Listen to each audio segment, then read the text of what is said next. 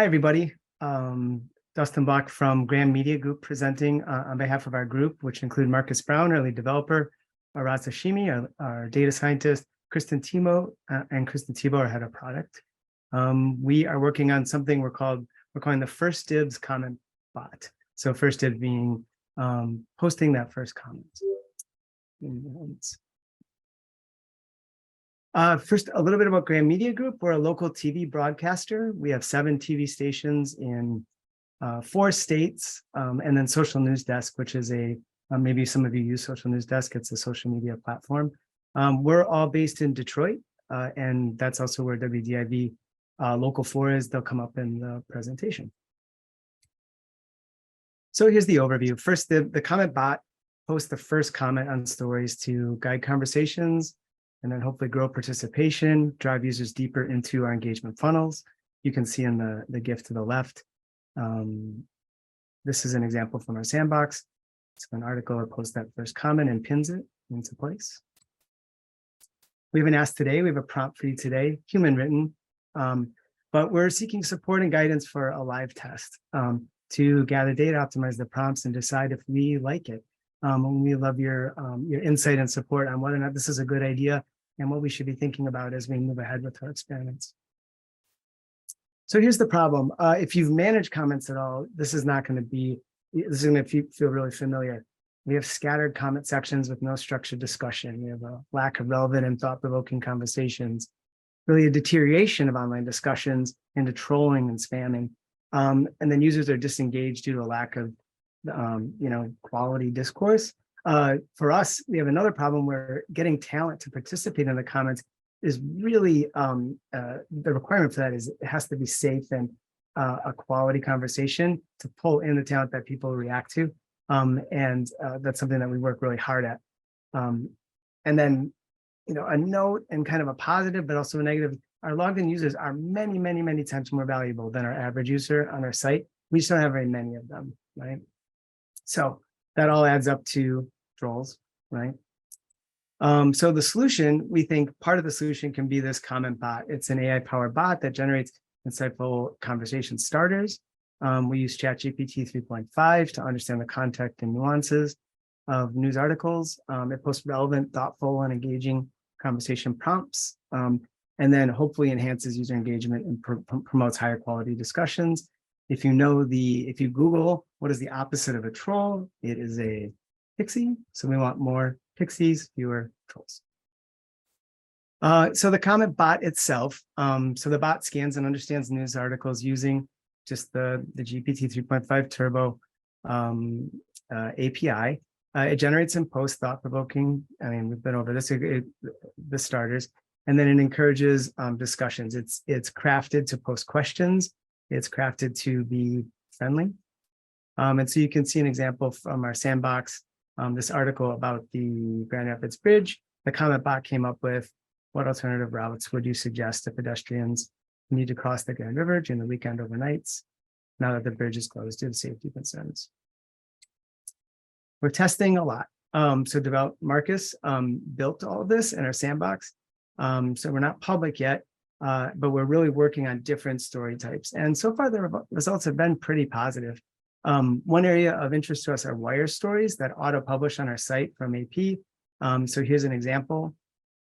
The comment bot came up with, what impact do you think Richard Snyder's leadership had on the publishing industry and on the way books are marketed and sold today? No human in our newsroom is going to prompt conversation on this article, or really on most of our wire stories. So this is one way that we hope we can encourage and guide conversation on these stories. We're very, very, at the start, we're very concerned about sensitive stories, stories that do not lend themselves well to a productive conversation. We often now either close those conversations or replace our comment section with a Harkin form where people can still send us questions, but they're not seen publicly. We didn't think the bot would handle this very well. We've been a little surprised at how well it does. So in this case, it's a story about, I think it's a heroin. I need to reset. Yeah, it's a heroin overdose. And the bot came up with, what steps should law enforcement take to ensure the safety of both officers and individuals who may be experiencing a drug overdose in their list. Not bad, probably better than our human editors would do, certainly faster. And it's sort of repeatedly been able to demonstrate that it can take these more difficult stories and at least not be wildly out of line with what we're looking for. Moderation remains key for us. If as we run this test, and if we get a chance to run this test, the bot would be moderated like a typical commenter. Our digital producers and newsroom staff can remove comments or close sections. We have an external moderation team that reviews comments 18 hours a day. And then moderators can, if it gets really bad, they can ban the bot as an immediate kill switch. Transparency, right now we're working with the term. The station is comfortable with local for bot as part of their branding. We would label the account that posts with that name. And then we would update our comment guidelines to include a section on the bot, including an explanation of the underlying AI that produces the prompts. And this would be the only bot allowed in the comments. So here's our ask. We're looking to run this experiment, focusing right now on Associated Press Wire articles. We want to publish the bot on half of the articles, with the other half being the control group. Our hypothesis is that it will result in a significant increase in user engagement on the articles, on the bot articles.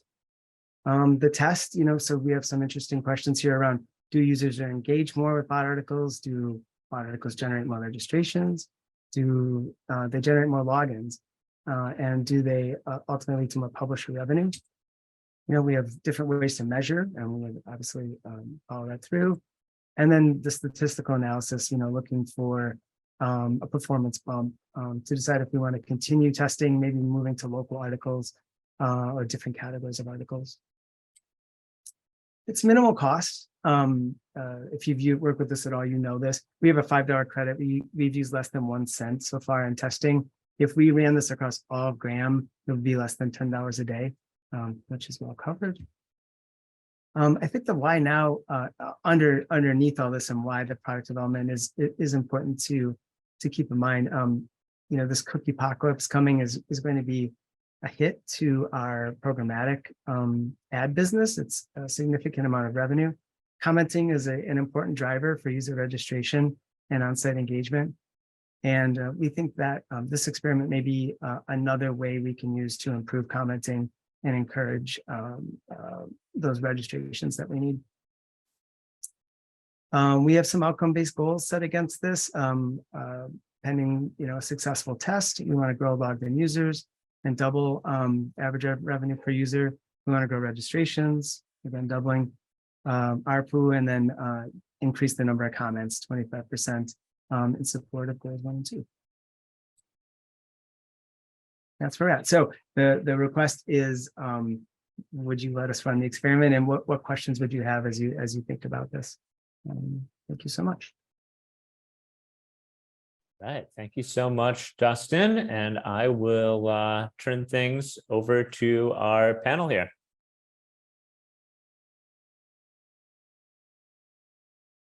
I shouldn't go first this time. Someone else, please.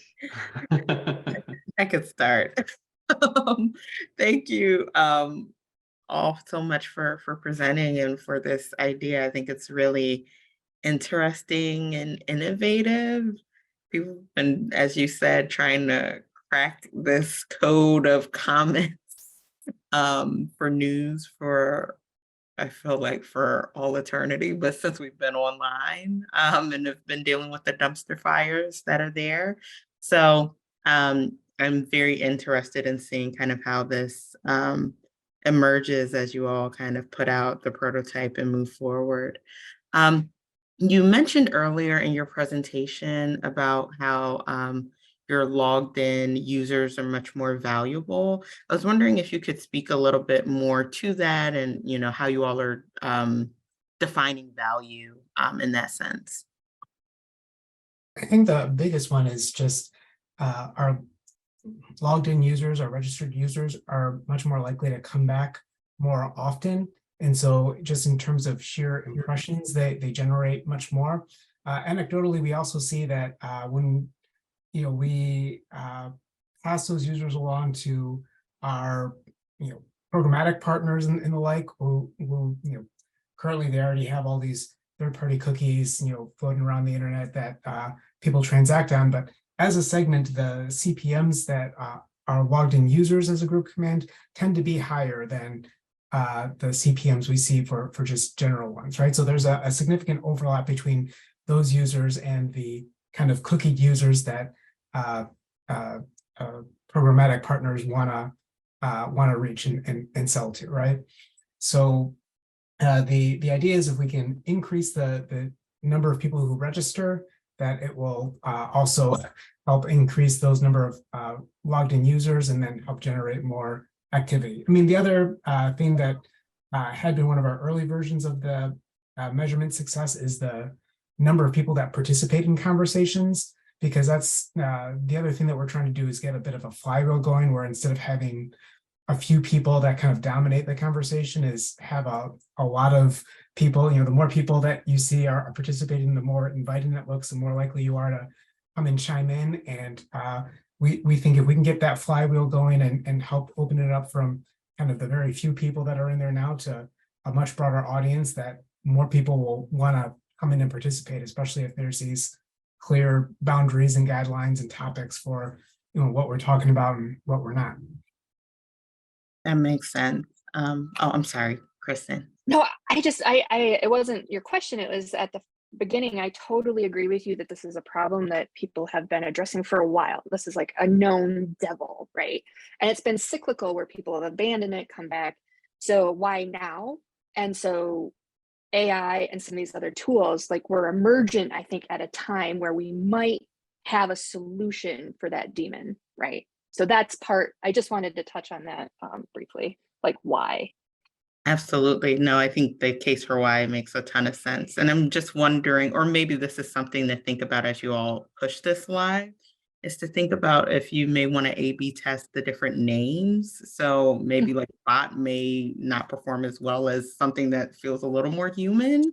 So that may just be something to explore as well. I don't know, but just something to explore, I think. Thank you. Yeah, thank you so much. It definitely has been the devil, and for many in newsroom to wrangle. You mentioned that you have a moderation team. Did I hear that correctly? For news organizations that might be interested in this that don't have dedicated resourcing, have you thought about how this could work without, as light of human touch as possible? Does that make sense? Have you kind of thought about, the role of that comment moderation team and how it might evolve? Yeah, we have. So we do put a lot of priority on moderation. So we have invested in these outside sources, but we also do a lot of training in the newsrooms on what's expected. And they're expected to be in comments, not just digital producers, but basically everybody. And they're all empowered to remove comments and take part. So I think I don't have I spend a lot of time on moderating comments, in many ways. That's the best way I've come up with, is just getting more hands, more eyes into a moderator role. And that I think that's the only way you could handle this.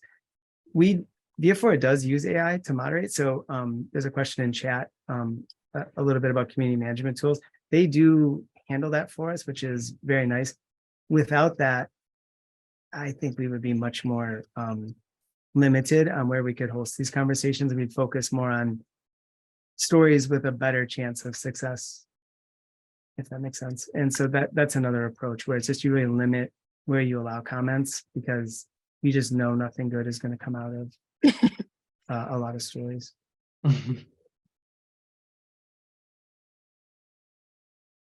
Unfortunately, that's true. Well, I wanna first say that it was a little bit frustrating, because as we've been going through these presentations, I type out questions I have, and as I type them out, you answered all of them. I was like, how are you going to test it? And you're like this. But I do want to give you kudos for focusing on an area of the web that most publishers have run away from, but was actually one of the really core tenets and like engaging things that brought me online in my youth, and made it a place that I wanted to be. And also understanding the value of that, of news organizations owning that relationship, and you know, both to your business and to your relationship with your audience. So I think that's really incredible. This isn't a question, but I would be excited to see this go into moderation a little bit more, and actually say, well, you know, we have whitelists and keywords and banned words and stuff like that. Can we start to like kind of move that a little bit further along with AI? And if you're already putting a bot into the comment ecosystem, why couldn't it reply? Why couldn't it do more of those things? And then when I was training people in how to kind of run better, higher quality comment sections, whether on their website or on social media, it did focus on a lot of this stuff of saying like, okay, how do you actually frame a question? Instead of saying, what do you think? You know, frame a question about the story and take in responses. And my encouragement to publishers whenever I did those trainings was put your reporter's hat on and ask the follow-up question, and then take the whole thing and you can actually report out a story on it. So this is actually, there's potential here to be a great community listening tool to take the responses from those prompts that you're putting into the chat, into the comment section, and then turning it back out as a story. And then finally, I think I had kind of one little question, which is there a data point or anything hard on which you based your assumption that if there is a prompt in the comment section, if there is a first comment, it will generate more comments? Or is that just what you're going to test? Yeah, so VF4 has something they call the first comment rule that they claim that they have tested across all publishers. You know, they're a fairly big company. There was one example where it's just me and I've been posting these prompts for a while. We definitely see more comments there. It's hard to test at scale. That's one of our big challenges, but it's certainly more productive when a moderator is involved. You know, there's this, my team's gonna be so sick of hearing this, but there's this idea of the empty box, right? That Andrew Lasowski from Coral Project talks about, where if you just put an empty box out and then you come back and it's full of garbage, like, why would you be surprised? You didn't label it food donations. You didn't put it by a grocery store. You didn't have anybody standing there, you know, making sure people are putting in food and not garbage. And yet we put comment sections at the end of articles and we expect something productive to happen there. We just kind of, you know, I don't know, it's kind of this Hail Mary. So we find that it absolutely helps to guide and promote. And we see it again, like Reddit is a great example. The successful communities on Reddit are highly moderated and they guide, and they're an inspiration for this. So I wish I had a clean number for you. That was a lot of talking around, like, it is not, you know, I can't say 12% more or something like that, but that's where we're trying to get to with this experiment.